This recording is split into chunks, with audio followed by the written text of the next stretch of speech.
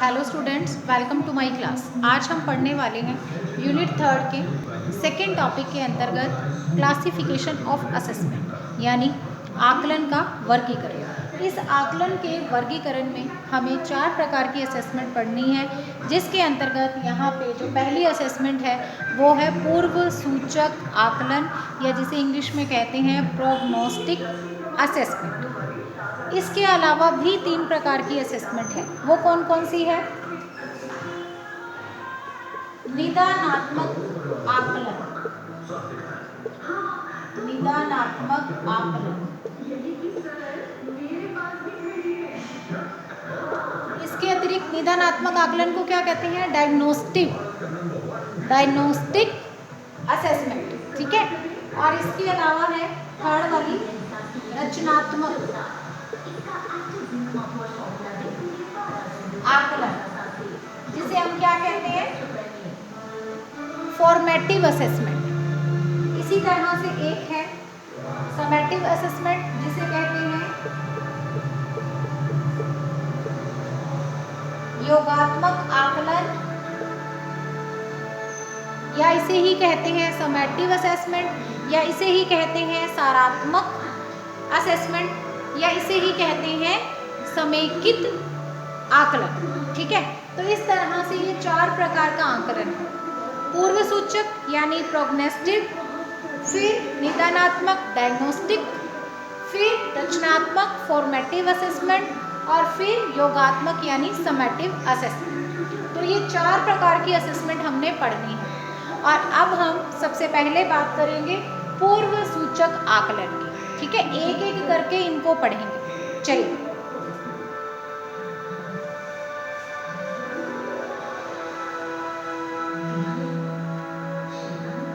तो स्टूडेंट्स, सबसे पहले हम पढ़ने वाले हैं पूर्व सूचक आकलन को, जिसे हम इंग्लिश में कहते हैं प्रोग्नोस्टिक असेसमेंट। अब यहाँ पे इस शब्द पे जरा सी बात करेंगे।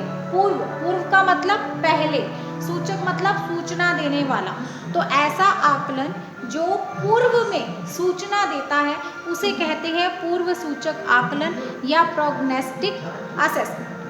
अब किसके पूर्व में, क्या होने से पहले, यानी शिक्षण होने से पहले जो आकलन हमें सूचना प्रदान करता है उसे हम कहते हैं पूर्व सूचक आकलन। बात आपको समझ में आ रही होगी। शिक्षण कराने से पहले जो सूचनाएं प्राप्त की जाती हैं, किसके लिए? ताकि जो शिक्षण कराया जा रहा है उसका नियोजन अर्थात प्लानिंग अच्छे से हो सके। तो ये जो प्रयास किया जाता है सूचनाएं ग्रहण करने का, ये आता है पूर्व सूचक आकलन के अंतर्गत। तो आकलन के वर्गीकरण में ये किस टाइप का है आकलन है? ये है पूर्व सूचक आकलन। तो जब भी हम शिक्षण की प्लानिंग करने से पहले जो भी सूचनाएं प्राप्त करते हैं, जो भी आकलन करके जो भी सूचनाएं ग्रहण करते हैं या कलेक्शन करते हैं उनका, वो आता है पूर्व सूचक आकलन के अंतर्गत। ऐसा करना पूर्व सूचक आकलन कहलाता है। ठीक है। अब ये पूर्व सूचक आकलन में हमें 3 प्रश्नों का उत्तर चाहिए। कितने प्रश्नों का? 3 प्रश्नों का उत्तर चाहिए। पहला प्रश्न क्या है? विद्यार्थियों के ज्ञान व कौशल का स्तर क्या है? ठीक है। हमें पहला हमारा प्रश्न होगा जिसका हमें ये जो उत्तर प्राप्त होता है वो किस प्रश्न का, कि इसके जरिए, इस प्रोग्नोस्टिक असेसमेंट के जरिए, इस पूर्व सूचक आकलन के जरिए हमें जिन बच्चों के लिए शिक्षण की व्यवस्था करनी है उन बच्चों को पहले से कितना ज्ञान है या उनमें कौशल कितना है, यानी ज्ञान और कौशल का क्या स्तर है उनका, ये पता चल जाता है। तो 3 प्रश्नों का उत्तर मिलता है। तो पहला प्रश्न क्या, जिसका उत्तर मिलता है, हमें बच्चों के ज्ञान और कौशल का स्तर पता चल जाता है। देखिए बच्चों, आप सभी जानते हो कि प्रत्येक बच्चा दूसरे बच्चे से भिन्न होता है। कक्षा में सभी प्रकार के बच्चे मिलते हैं। ठीक है। सबकी बुद्धि अलग अलग होती है, सबकी पर्सनालिटी अलग अलग होती है, सबकी रुचि अलग अलग होती है, सबकी आवश्यकता अलग अलग होती है, सबकी योग्यता अलग अलग होती है। लेकिन इन सभी बच्चों को मिला करके कक्षा बनती है। एक शिक्षक को सभी बच्चों को पढ़ाना है। उसे अपनी क्लास के अंदर सभी प्रकार के बच्चों को लेकर के चलना है, चाहे वो किसी कैटेगरी में आते हो। तो इसके लिए उसने क्या करना है, एक अच्छी प्लानिंग बनानी है जिससे कि सभी बच्चों की आवश्यकताओं की पूर्ति हो सके। तो उसे सबसे पहले ये जानना होता है कि आखिर कक्षा का लेवल क्या है। जो पूरी क्लास है उसमें से एक एवरेज लेवल निकाल लिया जाएगा ना कि उन बच्चों को कितनी नॉलेज है और उन बच्चों के पास कितनी स्किल है। तो हमारा जो पहला क्वेश्चन जिसका उत्तर हमें मिलता है वो है कि बच्चों के ज्ञान और कौशल के स्तर का पता चल जाता है। ठीक है, फिर दूसरा प्रश्न का उत्तर, ज्ञान व कौशल के स्तर की सीमा क्या है।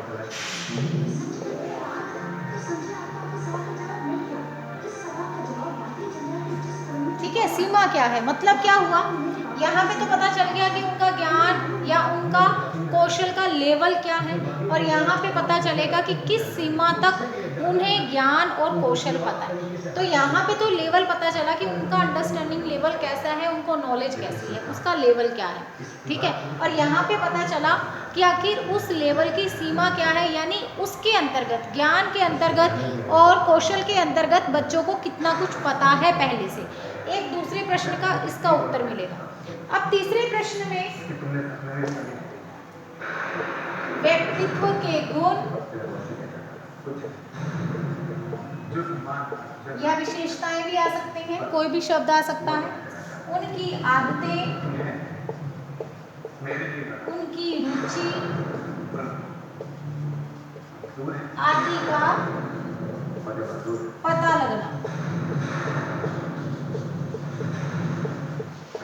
तीसरा प्रश्न क्या है कि हमें बच्चे के जो पूरी कक्षा है उसके जितने भी विद्यार्थी हैं सबके व्यक्तित्व के जो गुण हैं, विशेषताएं हैं, उनकी जानकारी मिल जाएगी, उनकी आदतों का पता चल जाएगा, उनकी रुचियों का पता चल जाएगा। तो इस आधार पर हम क्या कर सकेंगे, शिक्षण की व्यवस्था कर सकेंगे।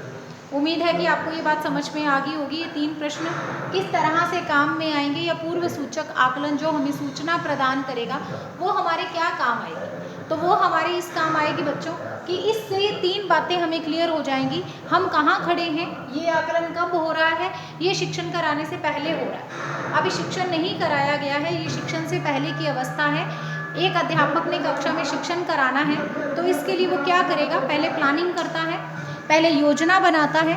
तो इस योजना के अंतर्गत वो क्या कर रहा है, इन 3 प्रश्नों के उत्तरों से वो क्या करेगा, अपने शिक्षण का प्लान अच्छे से तैयार कर सकता है। जैसे उसे अगर ये पता चल जाए कि उसके बच्चों को उसकी क्लास में जिसमें उसने जाकर के पढ़ाना है अगले दिन, तो वहाँ के बच्चों को नॉलेज कितनी है या वो कितने स्किलफुल हैं, वो कितने कुशल हैं, तो वो क्या कर सकेगा, वो उन्हीं के अनुसार, उनके ज्ञान और कौशल के स्तर के अनुसार अपना अगले दिन का प्लान बना पाएगा। यानी अपनी जो इकाई योजना, जो पाठ योजना, लेसन प्लान है वो उसके अकॉर्डिंग बना सकता है। दूसरी बात क्या है, दूसरी बात ये है कि जब सीमा पता चल गई कि बच्चों को किस सीमा तक ज्ञान है, किस सीमा तक बच्चों को कौशल प्राप्त है, तो अब वो क्या करेगा, उससे उनको आगे लेके जाएगा, यानी पूर्व के साथ नवीन को जोड़ेगा।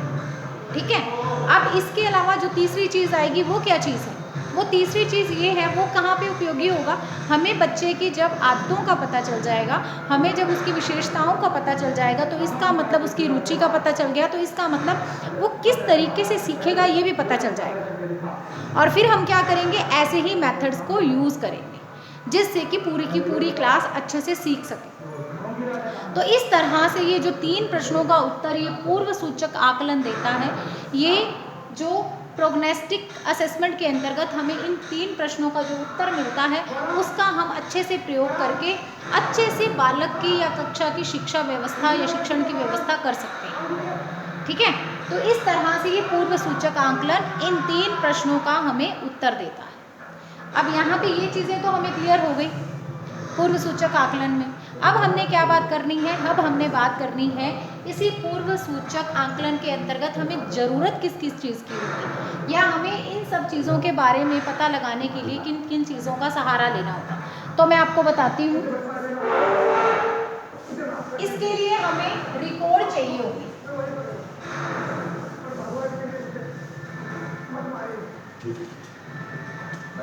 अब क्या होगा, इसके लिए कौन हेल्प करेगा, जो रिकॉर्ड होंगे, रिकॉर्ड अभिलेख। ठीक है, इसके अलावा किस चीज से मदद मिलेगी? अवलोकन से, अवलोकन तकनीक, पूर्व परीक्षण के परिणाम।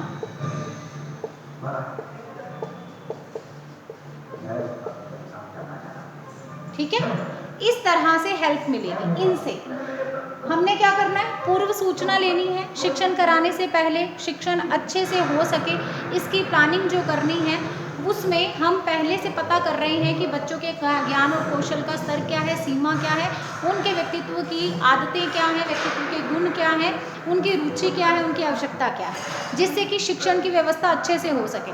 तो इसमें हमें हेल्प क्या चीज़ें करेंगी?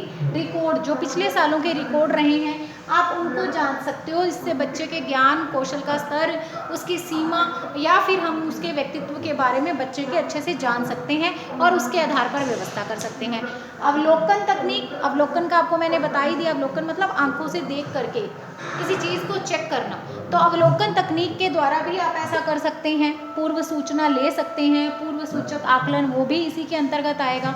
और फिर जो पूर्व परीक्षण हो चुके हैं, आज से पहले जो परीक्षण या टेस्ट लिए जा चुके हैं, उनके परिणाम भी देख करके आप पूर्व सूचना ले सकते हैं। तो ये है हमारा पूर्व सूचक आकलन, जिसका प्रयोग बालक के आरंभिक व्यवहार को चेक करने के लिए किया जाता है, ताकि बालक के लिए या कक्षा के लिए उचित शिक्षण की व्यवस्था हो सके। ठीक है, ये हो गया पूर्व सूचक आकलन या फिर प्रोग्नोस्टिक असेसमेंट। और इसके बाद हम पढ़ेंगे निदानात्मक आकलन, डायग्नोस्टिक असेसमेंट।